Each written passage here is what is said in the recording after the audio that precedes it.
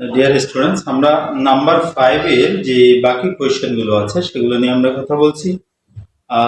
Industry is the key to success. Okay, number তে আমরা দেখি দ্য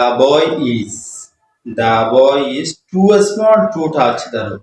ছেলেটি এত ছোট যে, এত খাটো যে রুফটা, ছাদটা, রুফটা, ফ্লোরটা ধরতে পারে না। ঠিক আছে, আমরা যদি দেখি যে পরবর্তীতে টি ও টু থাকলে আগে দিয়ে টি ডাবল টু হয়। ঠিক আছে, এই টুটা কিন্তু অ্যাডভার্ব, এই টুটা কি অ্যাডভার্ব। ওকে, এই টুটা হচ্ছে অ্যাডভার্ব। এরপরে তাহলে আবার বলি the boy is too small to touch the roof, অর্থ কি ছেলেটি এত বেশি বেঠে যে রুফটা ধরতে পারে না, ছালটা ধরতে পারে না। ঠিক আছে, এরপরে এফ নাম্বারে দেখি he ran first last he should miss the train. আমরা কতক্ষণ আগে এরকম একটা কথা বলছিলাম যে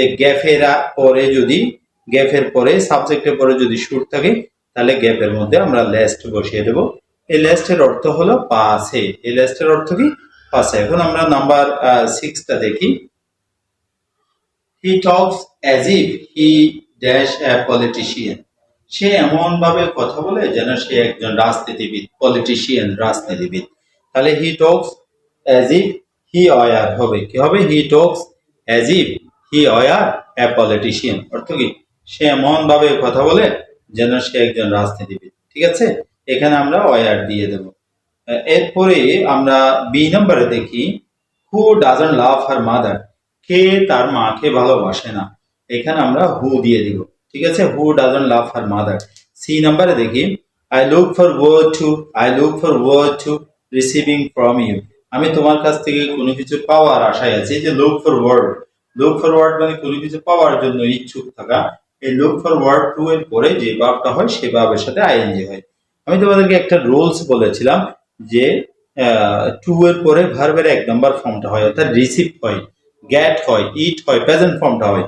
কিন্তু লুক ফর ওয়ার্ড টু এর পরে ভার্বের সাথে ভার্বের প্রেজেন্ট ফর্মটা না হয়ে ভার্বের সাথে আইএনজিটা যোগ হবে। ক্লিয়ার? এরপরে আমরা ডি নাম্বারটা দেখি। He informed the police of the matter.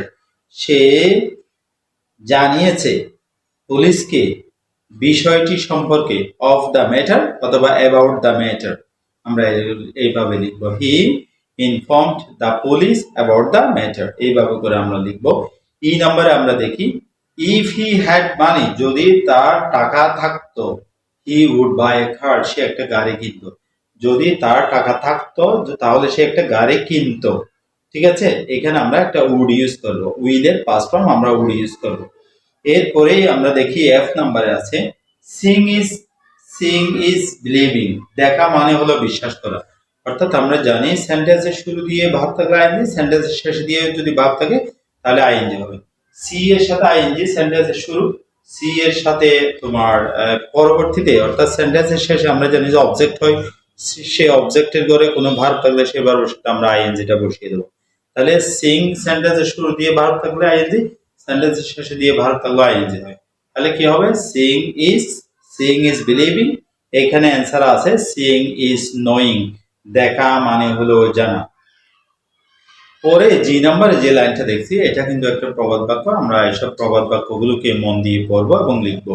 Look before you leave, অর্থ হলো দেখে শুনে পা বাড়াও। লুক বিফোর ইউ লিভ, অর্থ কি